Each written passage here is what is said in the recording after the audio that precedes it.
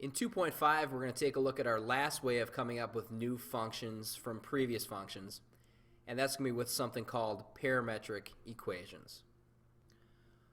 When we say parametric equation, we're talking about an equation that defines both elements of the ordered pair, x, y, in terms of another variable, t, the parameter. Okay, so in other words, for our points x, y, x and y aren't going to depend on each other.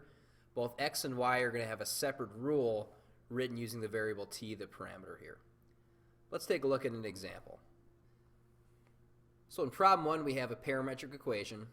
X is equal to t squared and y is equal to t minus 2. Now notice in this type of equation, x and y don't depend on each other. They're both dependent on the parameter t. The rules are written in terms of t. In problem 1, we're graphing parametric equations. It says sketch a graph of the parametric equation for t between -3 and 3. Okay, so we'll start off by plotting points to see what this equation is going to look like.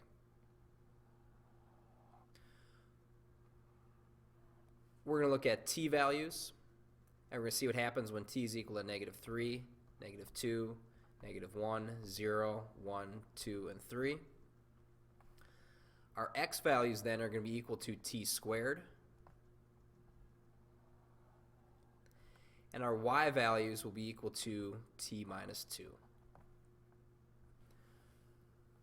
Okay, so when t is -3, x is t squared, which will be a 9, and y will be t minus 2, which will be a -5.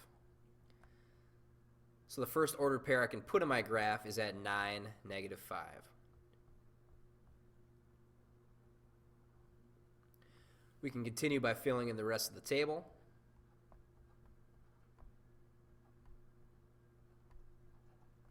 And same thing for the y values.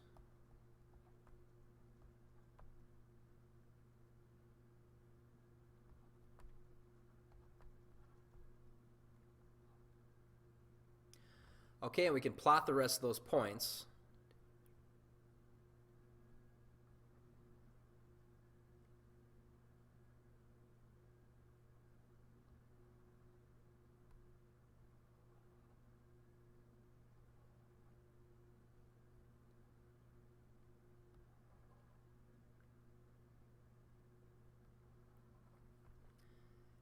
And then from there, connect the dots in the same order as t increases. So we're going to end up with something that looks like this.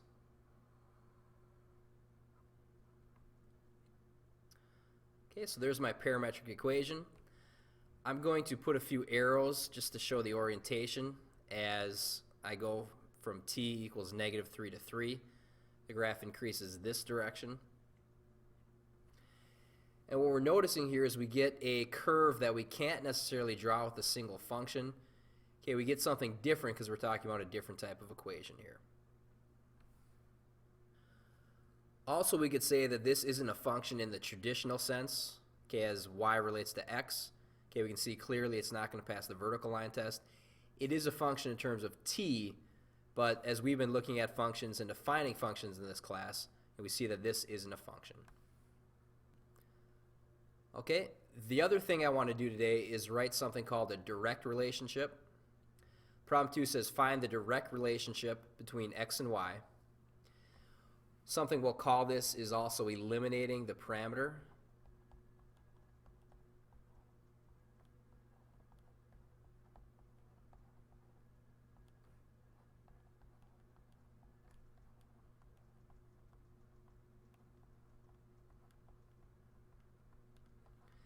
So what I want to do is I want to take the same parametric equation we had in the last example and write it in terms of y equals. And we'll take a look at here, why it's not a function in this case. Okay, for eliminating a parameter, writing a direct relationship, 2 steps. Step 1, we're going to solve for t in terms of x.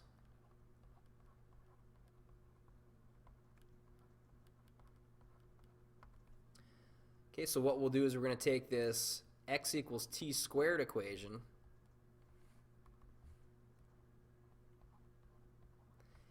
and I'm going to solve this equation for t.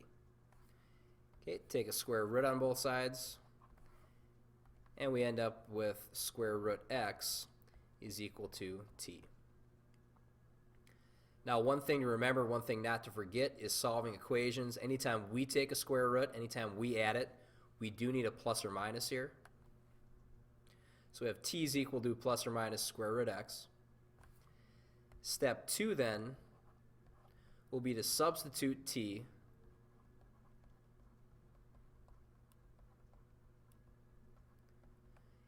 into the equation for y. I'm just going to say into y equation.